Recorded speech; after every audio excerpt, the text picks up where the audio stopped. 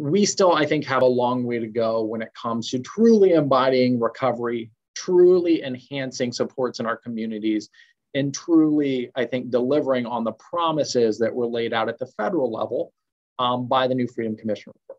And so, surprise to no one, here are what the major barriers were at the time. Fragmentation and gaps in care for children with severe emotional disturbances. That's still a major issue. Fragmentation and gaps in care for adults with serious mental illness. That's still a major issue. High unemployment and disability for adults with severe mental illness. That's still a major issue. Older adults with mental illness are not receiving care. That's still a major issue that is perhaps going to be worse, because what we're going to see is as baby boomers retire and as we see what has been discussed as potentially an epidemic of dementia and other perceptual issues that occur with age, we're not going to be prepared to deliver mental health services to adults or our senior adults.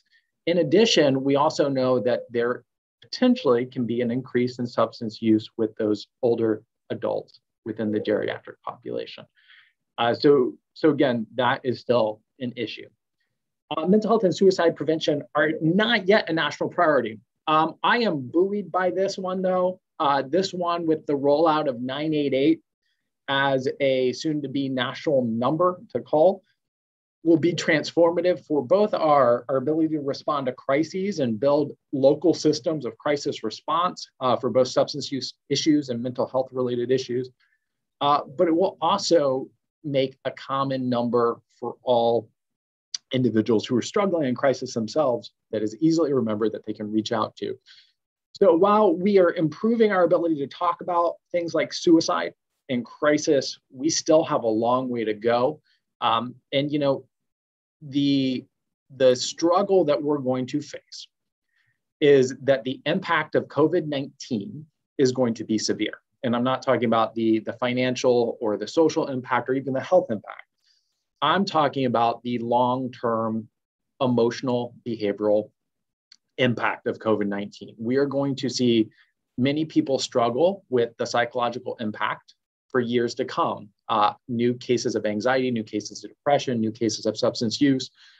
And unfortunately, a lot of the good work that was done in the preceding years of presenting normalization, of reaching out for services, really enhancing funds, was not significant enough to counteract what was a massive crisis.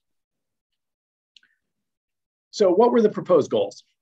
So these goals were really important and are still very important. And if you all ever wonder, you know, hey, what is our focus? What is our mission? Or why do we do what we do?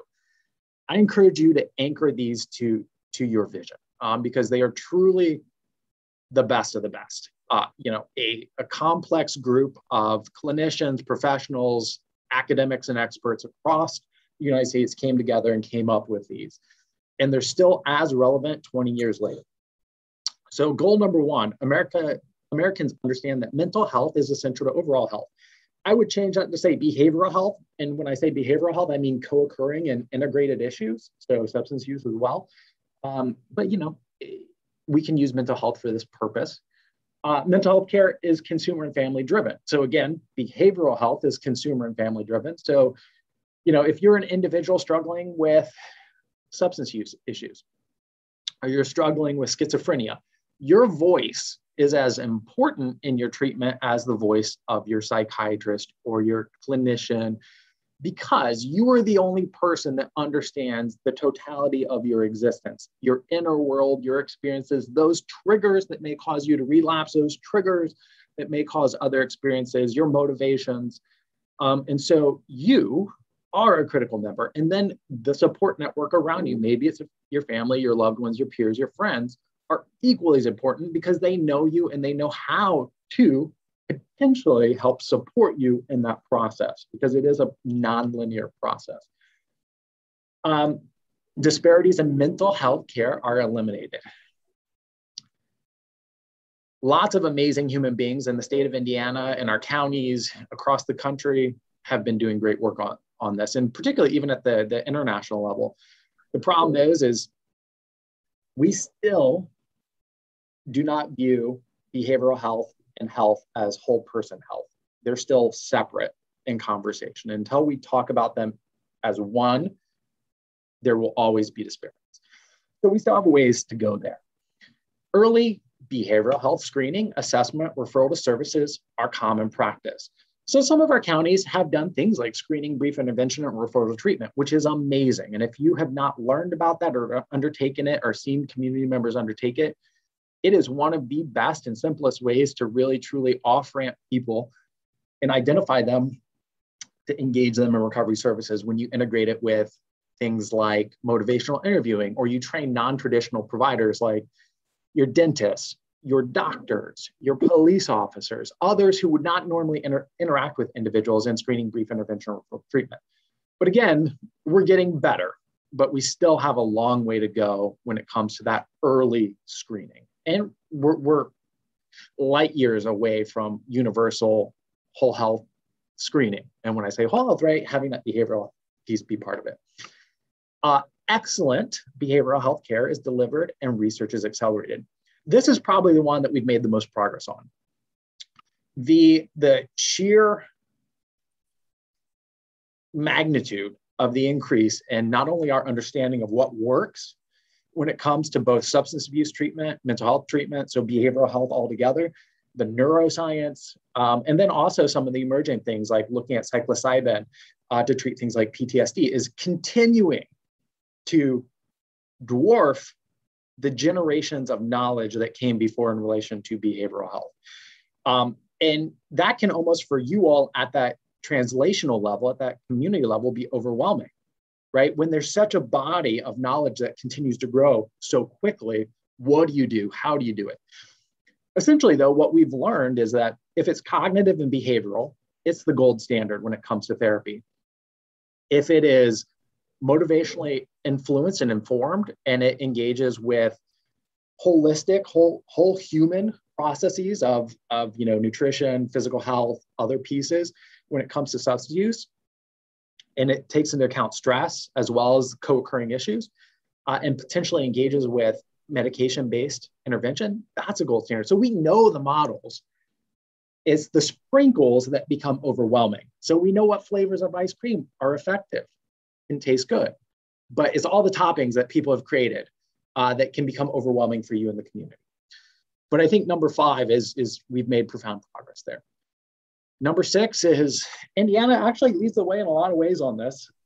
And there are other states that have done some really amazing things, but technology is used to access mental health care and information. So early on, I helped draft for the National Institute of Drug Abuse a proposed grant to translate open beds from a hospital system to a behavioral health informed system. That system turned out to be really amazing and has come to the state of Indiana and has become something that's really effective for helping identify and get people into services. The problem overall when it comes to both juveniles that are in the justice system, juveniles that are in school, adults that are interfacing with ER, is we still use archaic mechanisms of faxes and phone calls to triage people to resources. And then we don't have real-time databases that tell us what is available, which is, it's mind-boggling, right? In 2021, that we're not using systems that large health systems use to, on an hourly basis, understand what their census or their volume or their capacity is. So when we talk about parity, there are mechanisms and systems out there in healthcare that help us understand this, but we're not having them translate down or trickle down to our behavioral health sector because, again, those resources aren't there to the same scale. Mm-hmm. So I told you, I'd touch on this briefly, and I recognize that the statute that really guides and drives all of us, my team included, really is focused on substances and substance use disorder and substance misuse.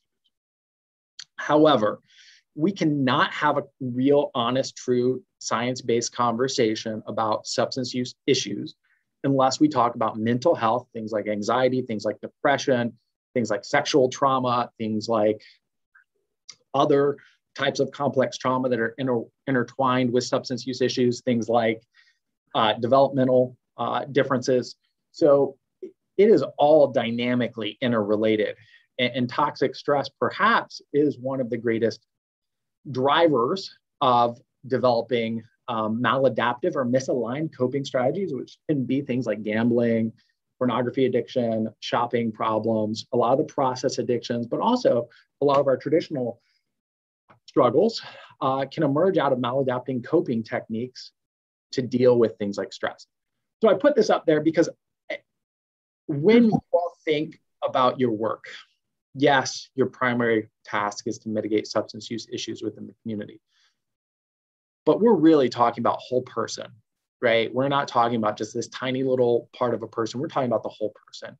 And you can't deal with the underlying mechanisms that are resulting in somebody potentially using substances as a mechanism for coping with existence, or the biological drivers that may be driving them, right? Because it's a combination of both. It can be a combination of the biological processes of addiction that are overwhelming, and it can be a process of the cognitive components where existence is too much. I need something to not feel these things that I'm feeling. So who is affected, right? 7.7 million adults nationwide. That's a lot. Of the 20.3 million adults with substance use disorders, 37.9% also had mental illness. I always put a pin in this.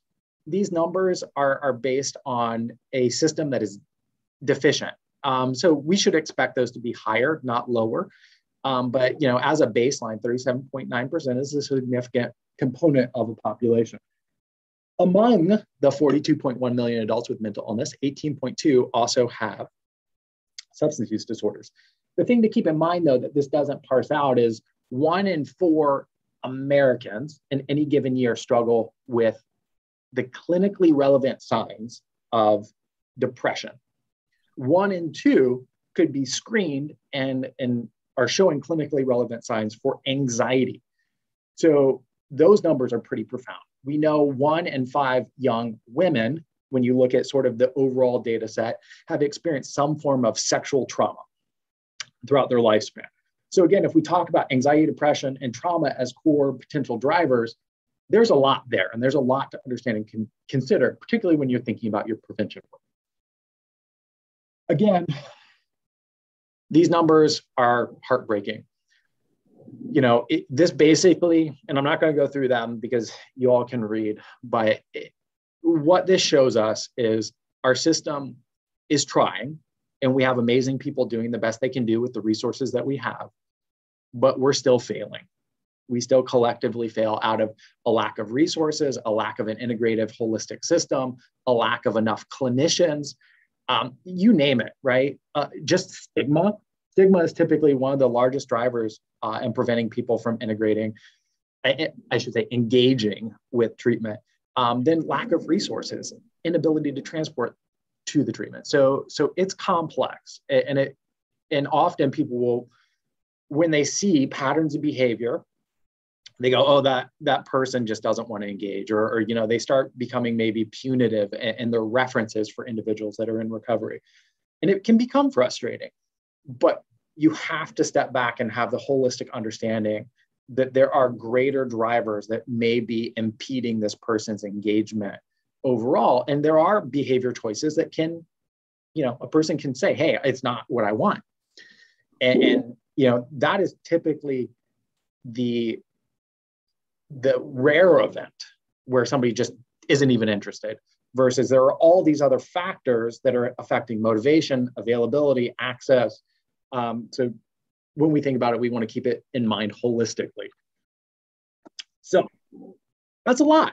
I just gave you a lot, but I wanted to refresh us because I do think the New Freedom Commission report is our grounding.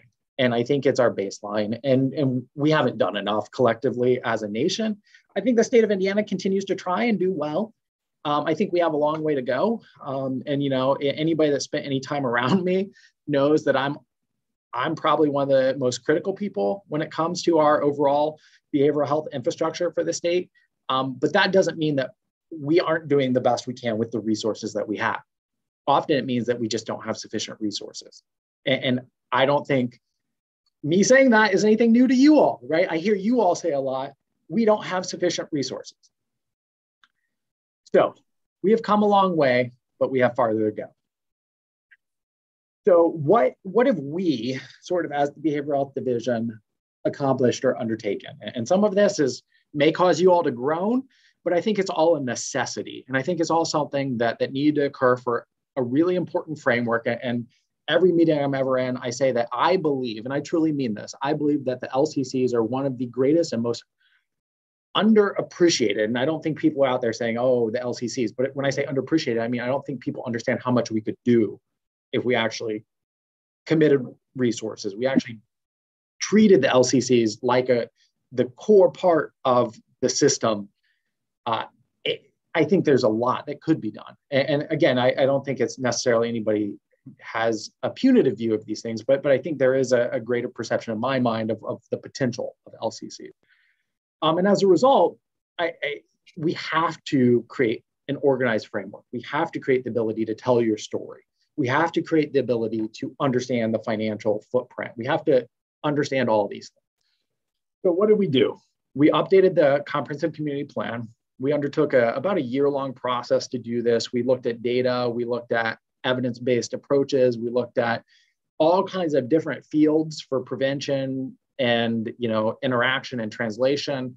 And we came up with what I felt was a more effective approach, and it was semi-structured, so it allowed for comprehensive analysis as opposed to an unstructured document that we historically had. We standardized the process. This was a big problem. We had 92 different groups operating on 92 different calendars that were often shifting because of other issues that would come up. And while, I get it and I understand it, and I understand, that need, it is impossible from a data analysis perspective or even an analysis perspective to go, well, we're going to look at all these things at all different points in time, and they're not uniform, so they're all basically different things, and we're going to compare them. So in order to do that, you have to get on some type of uniform calendar so you can do a point in time analysis. And we've done that. And I think, we'll continue to make improvements on that to refine that process in the years to come, but I think it's gone well, or as well as any new system can. And so I'm very pleased with that. We created a manual, a true manual, I think, for at least the first time that I saw in the last 30 years. And we have a annual manual review process, and we're actually deep in that review process right now to review what we said, why we said it, determine if the feedback we received from any of you or all of you allows for or necessitates any changes to processes or procedures, with the realization being we're never going to do a major overhaul unless it's communicated to you well in advance. So that'd be like a year process, maybe a 2-year process. But if there are small procedural items that we've observed or heard are problematic, updating that manual and releasing subsequent memos to identify that. So we've done that. We created a CCP scoring rubric, right? So it's fine and dandy to read a comprehensive community plan, but one of the things we always heard was, what the heck do you actually do with it? Or do you actually read it? We do actually read it, and we actually score it, and it goes through the staff, and they then score it for the other staff member. Then it comes to me, and I look at it, and I really look at the details of the SMART goals, and I look at the details of the budget. And then that goes to our executive director, who then does the final review and signs those to allow for that to open. And it's not meant to tell you all that, we know better than you what you're doing or how you're doing it, but we are steeped to some extent in how this document was created and how SMART goals should be thought about. And so it's our ability to try to analyze that and get some type of tangible number that then allows for us to translate that into actions of technical assistance that we can try to offer. Don't have to be accepted, but we can try to offer as a mechanism for, again, unifying and uniforming and supporting everyone. We introduced the regional model. I think is very effective. What we heard from individuals was we didn't quite know what the program managers did. They just seemed to show up at our meetings and drive around a lot. And in 2021, we can better use things like phones, email, video chats to really, I think, engage. And then also segmenting the state into regional models while They are slightly arbitrary because, right, issues don't exist within just one county. They don't exist within just one region. But there's a need to segment to be able to try to build peer networks and collaboration, which is how this formed, right? We began focus surveys, which are important. We effectively told your stories, I think for the first time in the last several years, to the Commission to Combat Drug Abuse, to others. This is why the LCCs matter. These are the things that the LCCs need. And then we updated the statute to include some language that I felt was important, but most importantly, to include recovery, right? I can't be a champion of what I believe is one of the best and most important documents in mental health in the United States history if I don't put the rubber against the road. And if I don't truly believe that recovery is critical, how am I, going to serve you all? And so part of that is ensuring that, yes, I do believe it's critical and it has to be in the statutory language.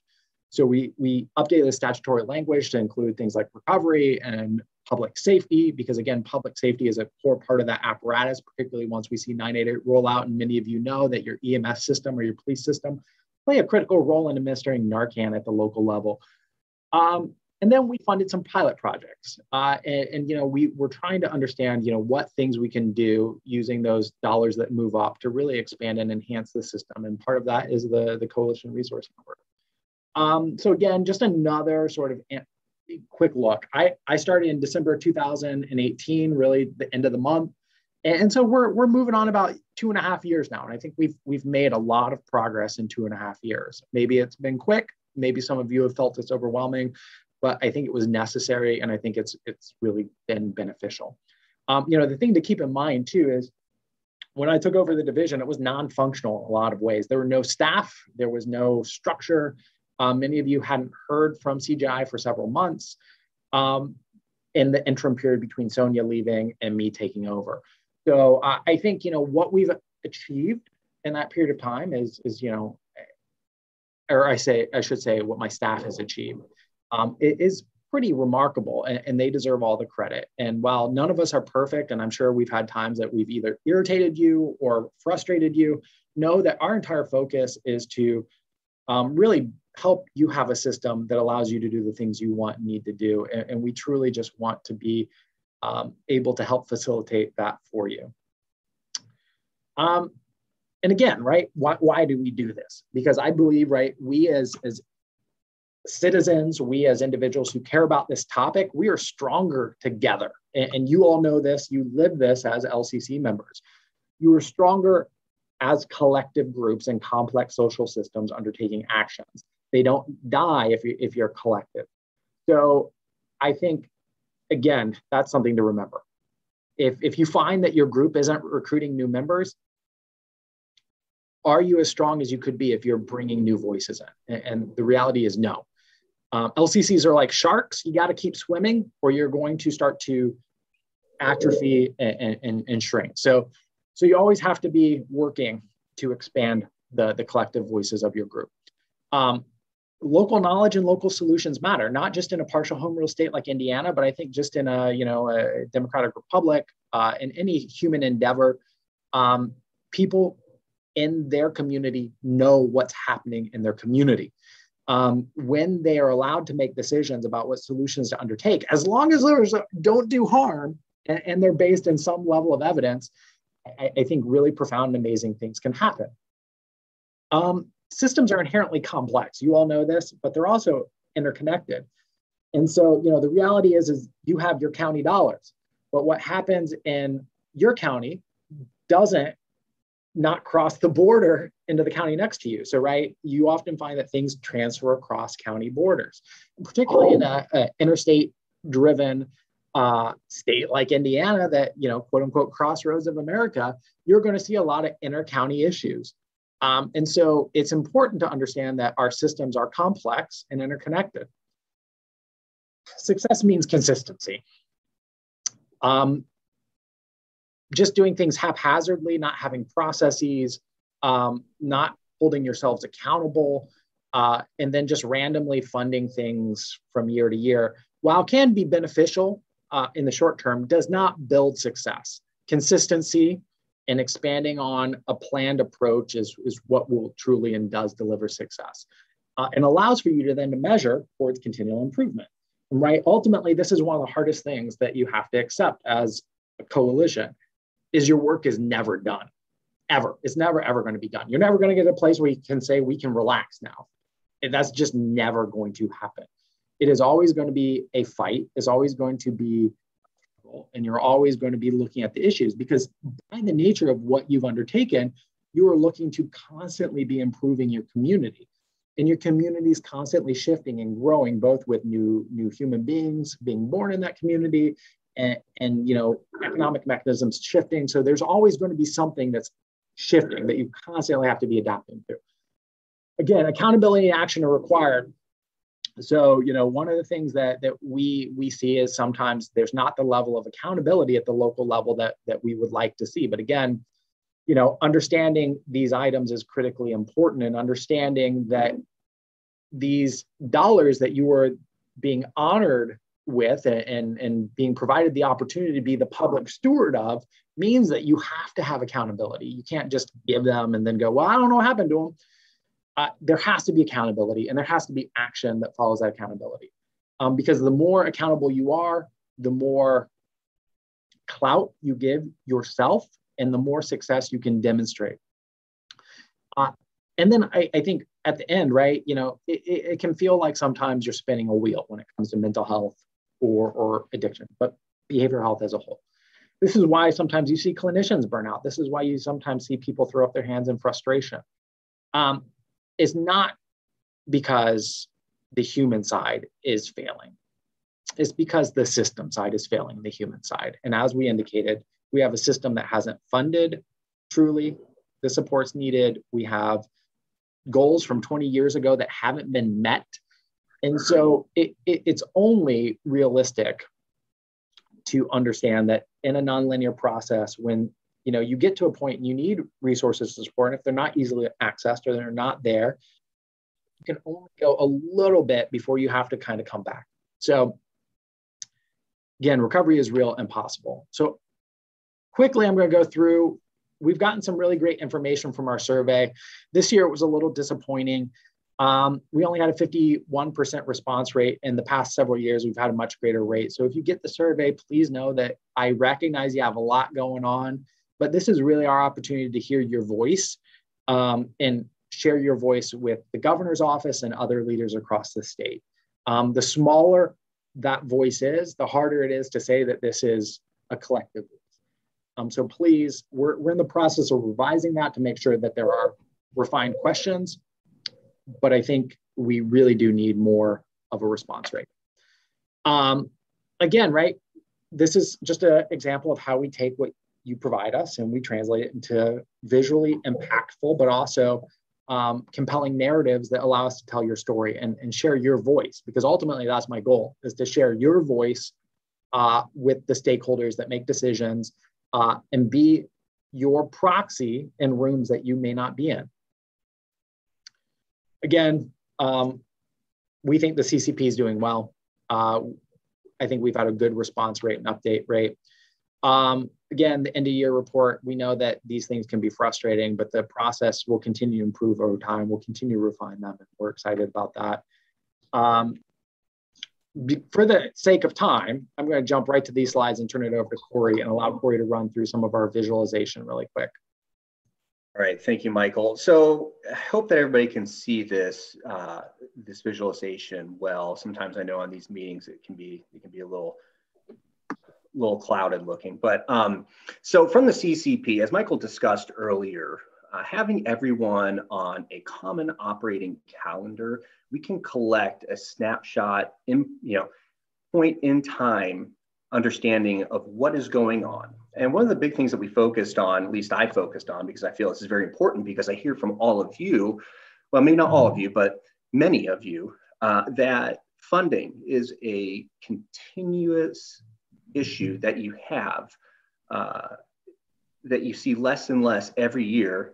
And now, obviously, with COVID-19 happening, courts being closed, we saw some bigger discrepancies than what we initially had thought. But looking at this, here's a snapshot from the 2020 CCP compared to the 2021 CCP.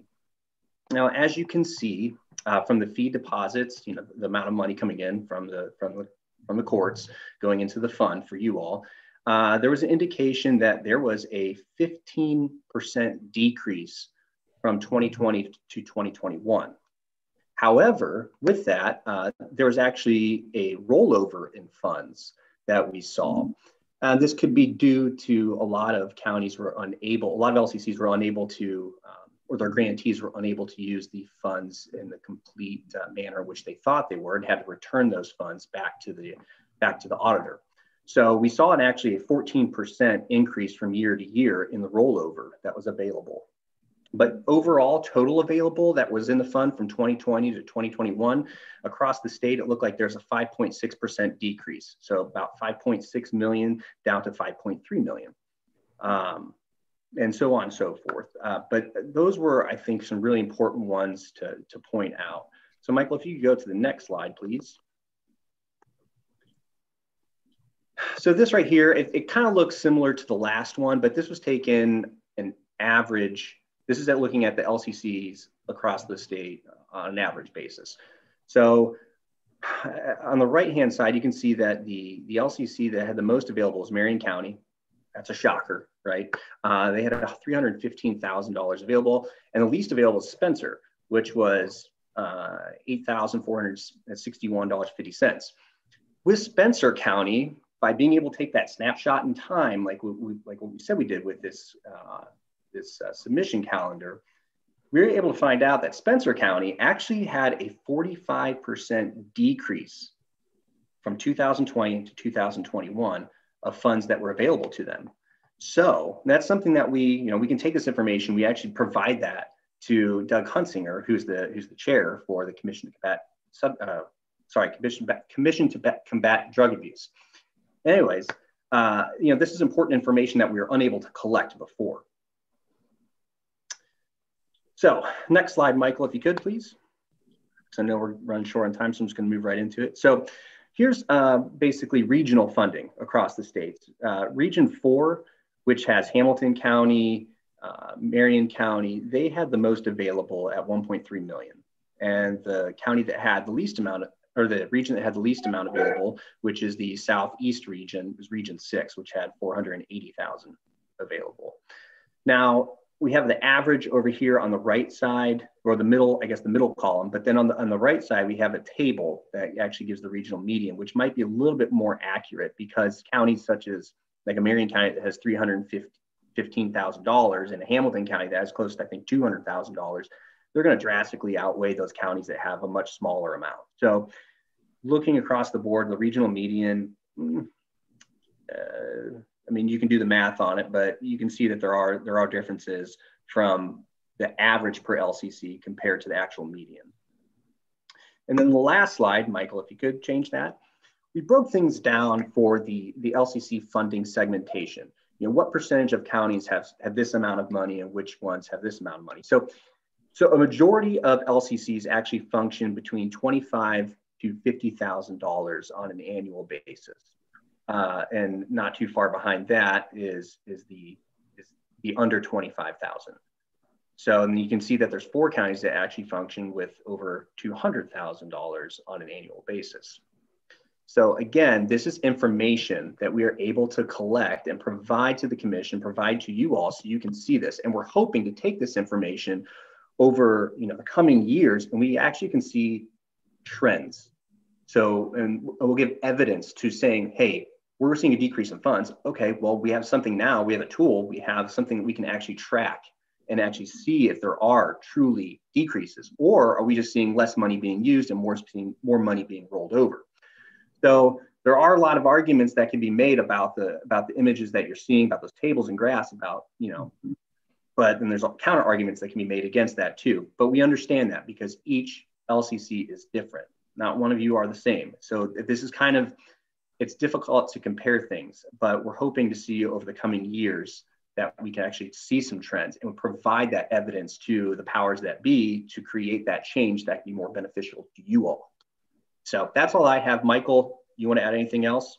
No, I mean, I think, the one thing that you should all be buoyed by is, one of the things that, and Corey and Sadia could speak to this, is I beat my head against the wall for the first 6 months trying to get LCCs as part of a considered framework. Anytime anybody is saying, oh, we've got this new program, who should be the parties that we're going to share this with? And now, in almost every single conversation across the board, doesn't matter what agency, LCCs are always one of the groups that are at the table when they're saying, we need to push this out, we need to share this with them. Now, it doesn't mean all LCCs have the capacity to undertake additional state efforts or sustain them, but it's a process and it's a start in getting additional resources to you all. And while we don't necessarily have any immediate solution, if truly over the time period in the future that there are decreases in funds, what we can do is begin to have that collective conversation based on data that allows us to really come up with solutions. But again, I mean this when I say it, is, you all do amazing work. I'm so thankful to be able to have the opportunity to just engage with you all and try to shepherd this system a little bit. And just please continue to do the amazing work you're doing. And if anybody has any questions, if there's time, I'm happy to. Thank you. I know that there was a question that came up in the chat, but I believe it was answered. Does anybody else have a question? Any questions? So I know that Amanda from Lake asked if they could have access to these slides. So I'm sure that won't be an issue. Michael and I will get those, and I can. Yeah, and when I provide the slides, they're always in PDF format. So just so you know, if there's a specific piece of content you want, reach out to me individually. But anytime I share any sort of state document, because I don't want it to get modified, I share it in PDF format. Great, wonderful. Okay. And then someone asked if this session will be available online. Yes, we will be posting that, the recording online, usually within a week to 2 weeks. And if you that is accessible to anybody, but to access it after the 30 days, after the next one is posted, you do need to be a member of the Indiana Coalition Network, which is a great segue to tell you to please join the Indiana Coalition Network. It is free, and it is a great collaboration, great information sharing, knowledge sharing that you can have access to with a lot of LCCs and some DFCs that are not associated with an LCC to come together and share information and share knowledge, just like Michael had indicated. We are stronger together. So I'd like to turn it over to Jody now to give a little update. Everyone, I'm Jody Miller. I'm the Deputy Director for the Indiana Addictions Issues Coalition, and we are gearing up for Recovery Month, and wanted to just extend some invitations for some of the events that we have going on here in the Indianapolis area. You can actually go on the Indiana Coalition Network.org website and find under events. We have next Tuesday, the 31st, and September the 1st, we will be lighting up Monument Circle again, purple, to honor overdose awareness and to celebrate Recovery Month kickoff. We actually will be gathering on the circle on Wednesday, the 1st, in the evening. The lights usually come on around 8:30, but we will have a group of people out there just kind of cheering on the lights and just doing some community bonding and just some celebration for that. We also have on September the 10th, we're going to be coloring the canal in downtown Indianapolis purple to celebrate Recovery Month, National Recovery Month. And we will have the governor's office there reading the proclamation confirming Recovery Month in Indiana for September. We have state leaders, and we have some other speakers, some recovery stories to share. So mark your calendar, come out on Friday. It's from 2 to 4 p.m. The speakers start around 2:30 and the canal gets colored around 3 p.m. So it's a fun event. Also on Sunday, the 12th, we have a motorcycle ride leaving from Southside Harley, which is kind of our annual, kind of where it all began here with Recovery Month for the Indiana Addictions Issues Coalition. So that will go out on Sunday morning, the 12th, and it is being led by Renegade Recovery, and they will be going down in Southern Indiana and having a nice ride. Also, you can go onto the Indiana Recovery Network website and hit the events page to see all of the different events going on in your communities.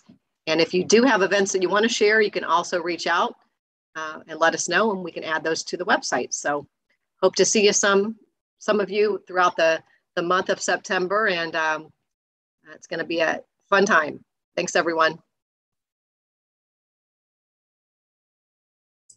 So Bobby put in the chat, the Indiana Coalition Network, and how you could get information to sign up, as well as if you have questions about the Indiana Coalition Network, shoot us an email. We'll be happy to answer anything we can. And then thirdly, a couple different things. Because of the holidays, we hope that you guys are spending it with your family and friends and loved ones. We will be. So we will be changing the dates for November and December. November, we will hold it on Wednesday, November 17th, the Indiana Coalition Network, as well as December 15th. Again, noon Eastern Standard Time, and we'll be doing this again. So next month, we will have Doug Huntsinger coming to talk from the Commission to Combat Drug Abuse. He will be coming along, as well as Brandon George. He'll be providing some updates from the Indiana Recovery Network. And anything else on that one, Jody, that he might be providing? I think just an overall view of kind of Recovery Month, kind of recapping that for the group and just sharing what's going on, the different initiatives throughout the state. Great, thank you. All right. Well, we are 3 minutes over. And if you would like to stay on and network with any of us, stay on. If not, have a great day. Am I forgetting anything, everyone? I think Michael wants to say something. Oh, he's saying, he's waving. I was just doing a pageant wave. The royal wave. Say goodbye to those that were. Wave. Thank you, everyone.